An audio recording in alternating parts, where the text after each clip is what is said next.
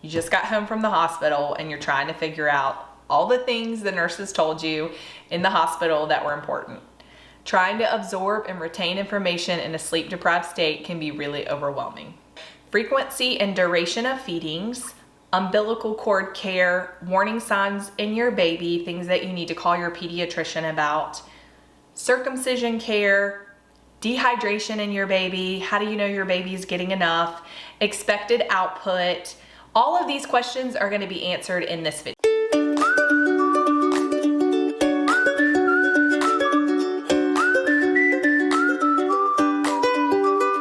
If you're new here, welcome. I hope you find this information supportive and encouraging. If you do, don't forget to hit that subscribe button.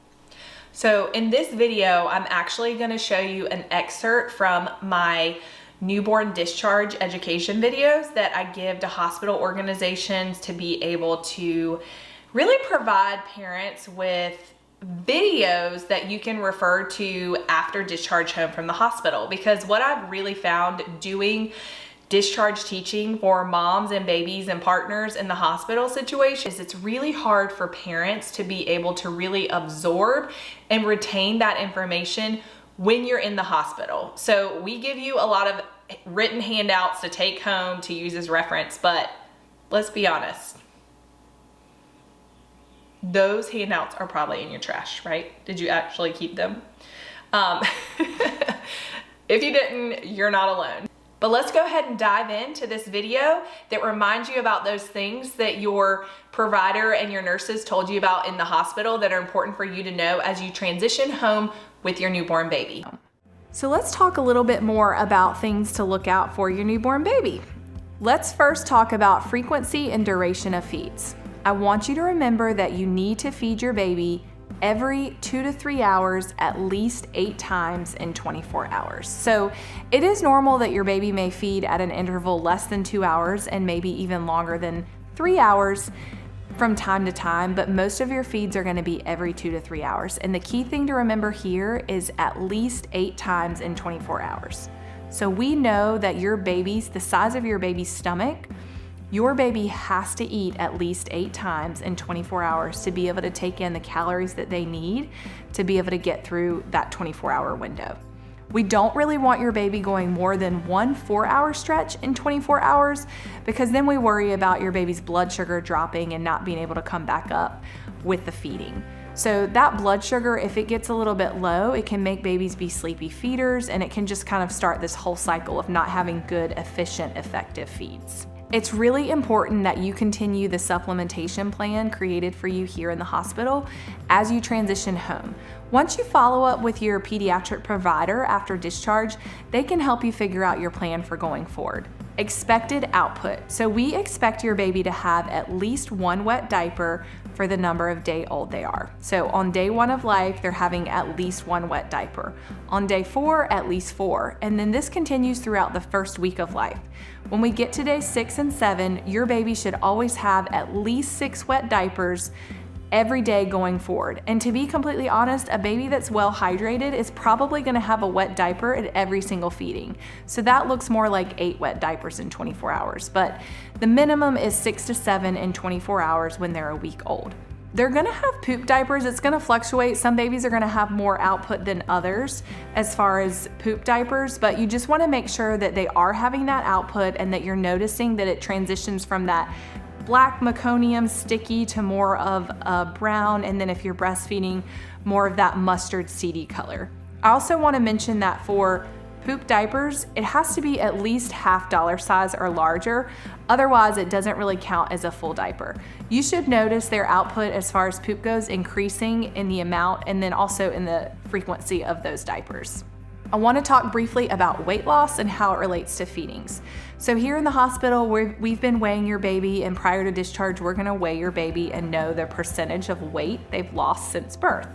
When babies get to that 8 to 10% loss of birth weight, sometimes we start to see issues with feeding. And what I mean by this is they just start to get a little bit sleepy and aren't really vigorous feeders. So if you're at that 8 to 10% weight loss as you transition home, it's really important that you follow up with your pediatric provider as recommended so that we can keep track on how much your baby has lost and help figure out a plan for moving forward.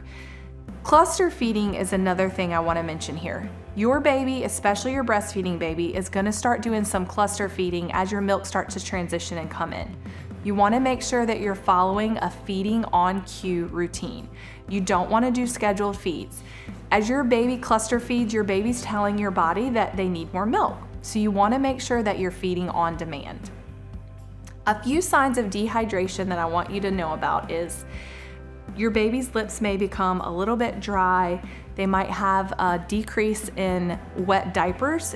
Sometimes you can even see orange crystallizations in their diapers from dehydration. Their little soft spot on their head can be sunken in.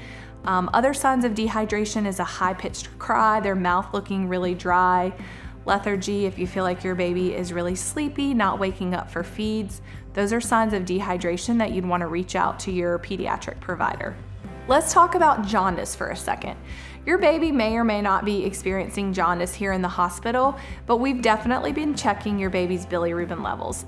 Elevated bilirubin is what we refer to as jaundice. It's a yellowing of the skin and the eyes. As you transition home, you want to just make sure that you're keeping that pediatric follow-up appointment, but also if you notice that yellowing of their eyes or you notice their skin looks more yellow, that would be an indication to call your pediatric provider a little bit sooner.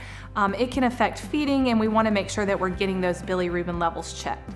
Usually the bilirubin level peaks around day 3 to 5 after delivery. Let's talk about umbilical cord care for a second. If your baby still has the cord clamp on their cord, your nurse is going to take that off prior to discharge.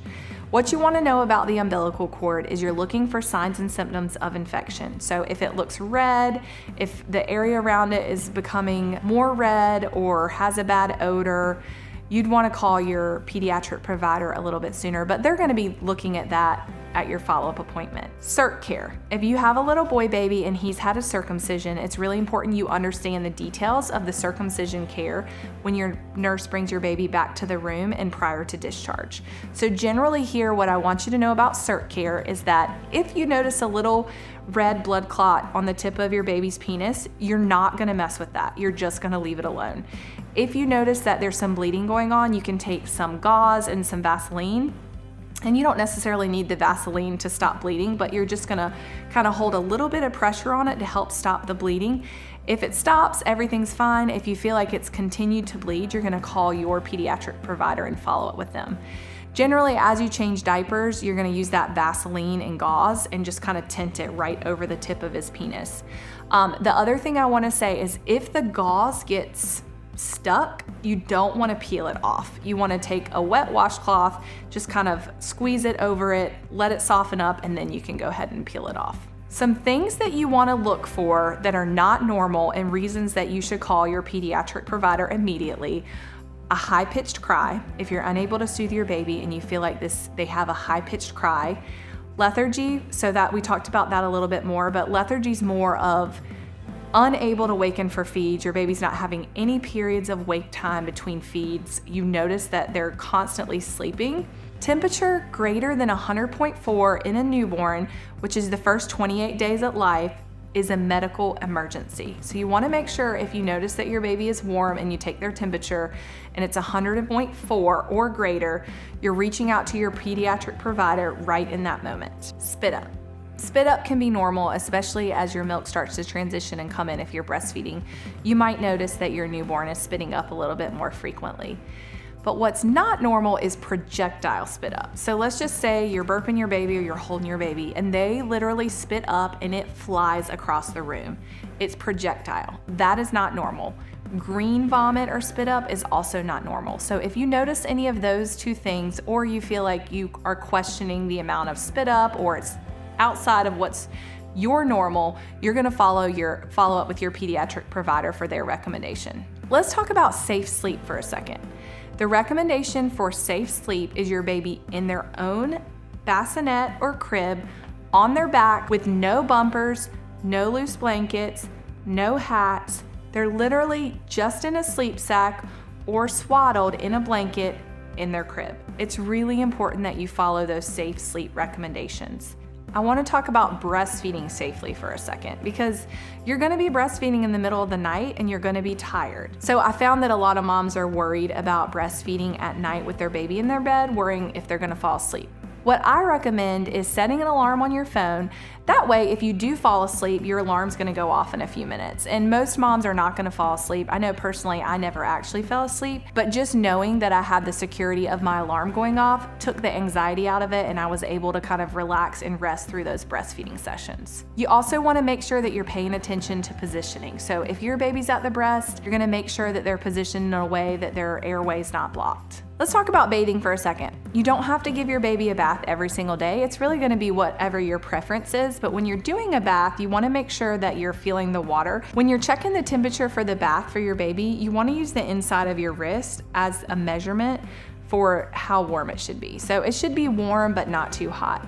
Another thing I wanna remind you about is when you're doing a bath, you wanna start clean and move down to dirty. So you're starting with their face first, moving down their body, and then finishing with their head last. Babies lose a lot of heat through their head, and especially if your baby has hair.